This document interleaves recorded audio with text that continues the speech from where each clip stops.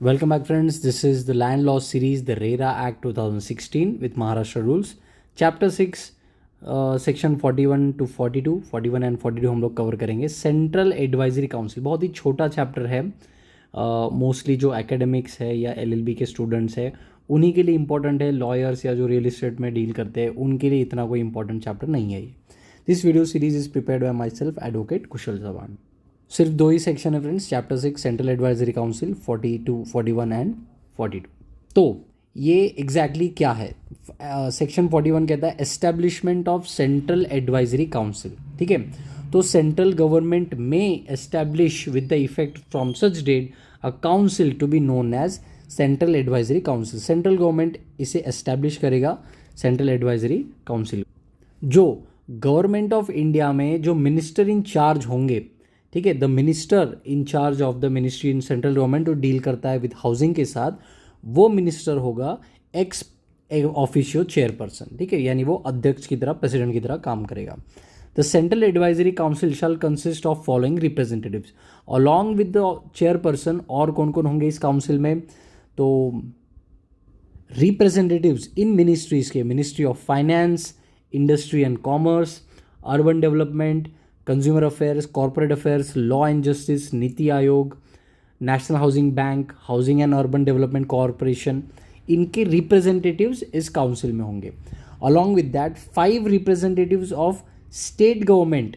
ठीक है, state government के 5 रिप्रेजेंटेटिव मिनिस्टर्स वगैरह जो सिलेक्ट होंगे अलग अलग स्टेट गवर्नमेंट से ऑन रोटेशन बेसिस. ठीक है, 5 representatives of real estate regulatory authorities of different states selected by rotation basis. ठीक है, और any other central government department representatives as notified. तो ये सारे लोग इस सेंट्रल एडवाइजरी काउंसिल का पार्ट होंगे.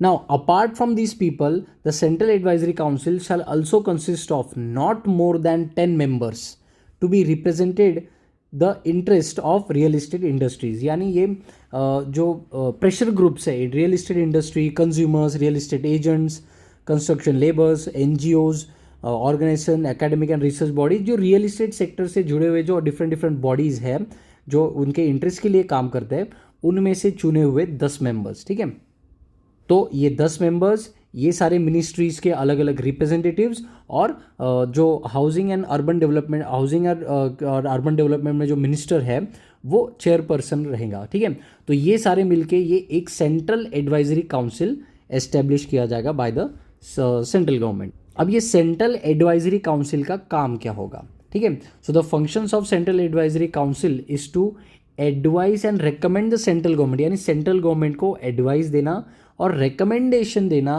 Regarding all matters concerning the implementation of this act. यानी इस एक्ट को अच्छे तरीके से कैसे इम्प्लीमेंट किया जाए उसके लिए सजेशंस एंड एडवाइस देना. ठीक है, one major questions of the policy. ठीक है, पॉलिसी फ्रेम करने में मेन क्वेश्चंस क्या होंगे?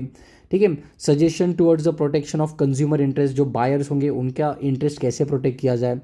Suggestions to foster the growth and development of real estate sector, किस तरह से रियल इस्टेट सेक्टर को और अच्छे से डेवलप किया जाए, बेटर मैनेज्ड किया जाए. ठीक है, और any other matter as may be assigned by central government.